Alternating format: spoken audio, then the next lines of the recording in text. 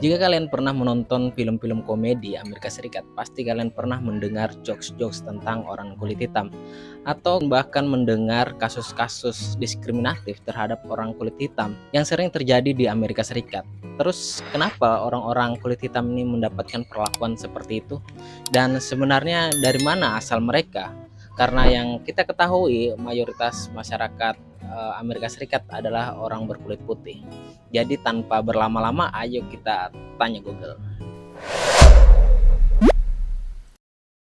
Orang kulit hitam di Amerika Serikat memang bisa dibilang adalah minoritas. Kalau dihitung berdasarkan persentase ras yang ada di sana, orang kulit putih itu memiliki persentase sebesar 61%, sementara orang kulit hitam hanya sebesar 13,4%, dan yang lainnya adalah ras-ras campuran.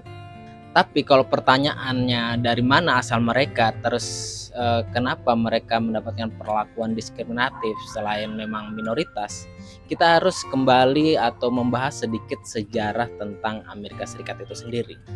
Semuanya bermula ketika Christopher Columbus, sang penjelajah bangsa Eropa yang didanai oleh kerajaan Spanyol ini melakukan perjalanan untuk menuju ke benua Asia. Alih-alih yang biasanya para pedagang dan penjelajah ini kalau ke Asia itu melewati jalur timur, yang dimana mereka harus memutar benua Afrika untuk sampai ke Asia.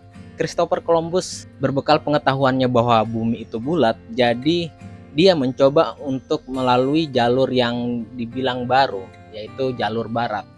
Toh kalau bumi bulat, walaupun ke barat pasti akan ketemu juga benua Asia. Dan alih-alih sampai ke benua Asia, Christopher Columbus tiba ke sebuah benua yang amat baru bagi bangsa Eropa. Dan nantinya benua ini akan dinamakan sebagai dunia baru, yaitu benua Amerika saat ini.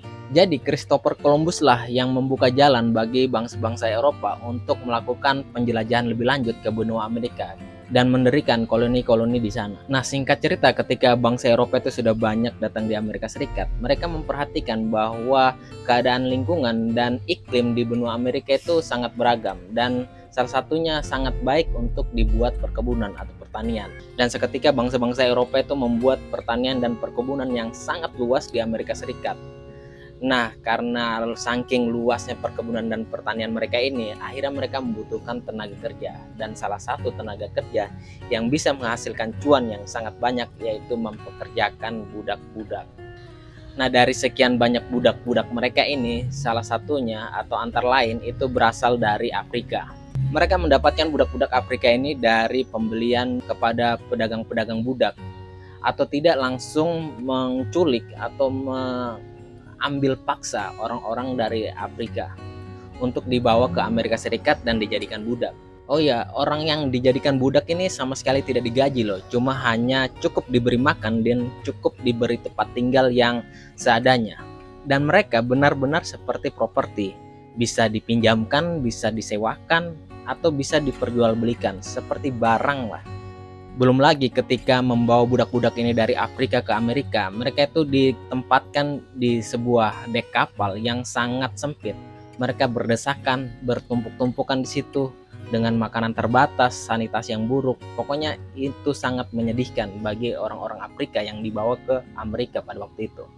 Pokoknya bisa dibilang kasus perbudakannya adalah kasus yang paling terburuk yang dilakukan oleh umat manusia. Memang ya, zaman segitu bangsa Eropa itu kayak ingin saya sentil amandelnya, kelakuannya kurang ajar. Nah, singkat cerita, pada tahun 1783, akhirnya 13 koloni Inggris yang berada di Amerika Serikat melakukan pemberontakan karena ingin lepas dari pengaruh dari kerajaan Inggris. Setelah mereka berhasil mengusir orang-orang yang berasal dari kerajaan Inggris, akhirnya mereka memiliki kedaulatan penuh di tanah Amerika. Nah, inilah yang mendasari berdirinya negara Amerika Serikat yang saat ini kita ketahui. Nah, ketika koloni-koloni Inggris ini sudah menjadi negara Amerika Serikat, terus bagaimana nasib budak-budak Afrika yang ada di sana? Ya, sama saja karena Amerika Serikat tetap melegalkan adanya perbudakan.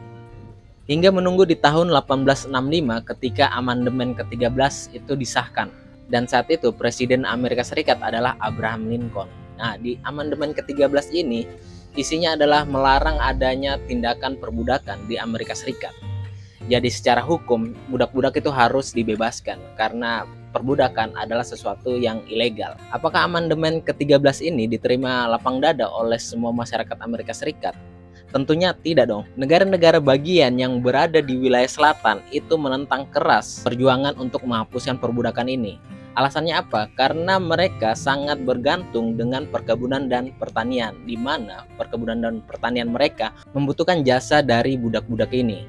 Sementara negara-negara bagian yang ada di wilayah utara, mereka itu sudah tidak terlalu bergantung terhadap pertanian dan perkebunan.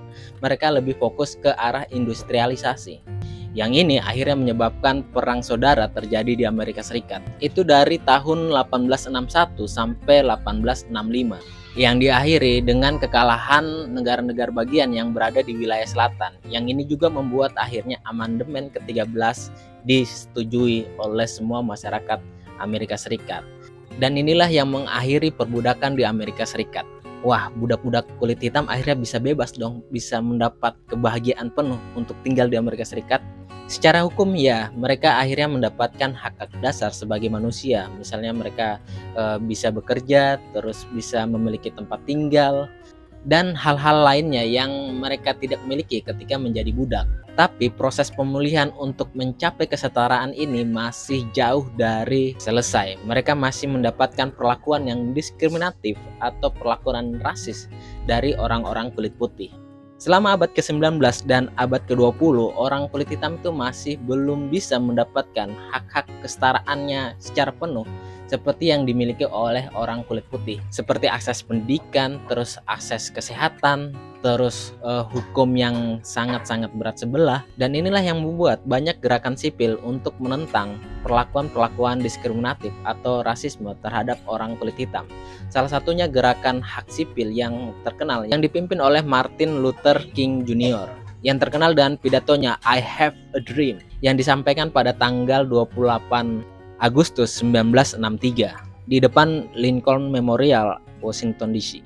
Beranjak dari situ, kini perlakuan-perlakuan diskriminatif dan rasisme walaupun masih terjadi tapi sudah jauh-jauh berkurang daripada masa-masa perbudakan yang dulu-dulu itu. Jadi pertanyaannya sudah terjawab, dari mana asal orang kulit hitam yang ada di Amerika? Jawabannya sebagian besar adalah keturunan-keturunan budak-budak yang diambil dari Afrika. Terus pertanyaan kenapa orang kulit hitam mendapatkan perlakuan diskriminatif dan perlakuan rasisme? Itu adalah sisa dari jejak-jejak perbudakan selama ratusan tahun yang membuat stigma orang-orang kulit hitam itu adalah orang-orang kelas 2, orang-orang yang terbelakang, orang-orang yang kacau.